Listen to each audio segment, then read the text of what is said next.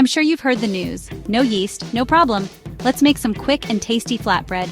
Today we're making super simple no-yeast flatbread with just flour, boiling water, and a pinch of salt. It's quick, easy, and oh so delicious. First up, grab a large mixing bowl and toss in 2 cups of all-purpose flour. If you like a bit of flavor, add half a teaspoon of salt. Next, slowly pour in 3/4 cup of boiling water while stirring with a spoon or chopsticks. Remember, it's hot, so no hands just yet. Once the dough cools down, it's kneading time.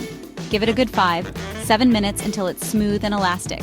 Cover it up with a damp cloth or plastic wrap and let it rest for 20-30 minutes. This gives the gluten a chance to relax. Now divide the dough into 6-8 portions. Roll each one into a ball and then flatten it into a disc about 1/4 inch thick.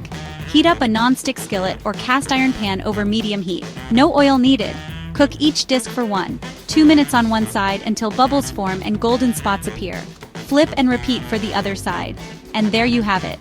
Warm, soft flatbread ready to be devoured. Serve it with butter, honey, or jam, or use it as a wrap for sandwiches.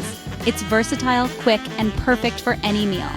Give this recipe a try and let us know how it turned out in the comments. Don't forget to like, subscribe, and share. Happy cooking!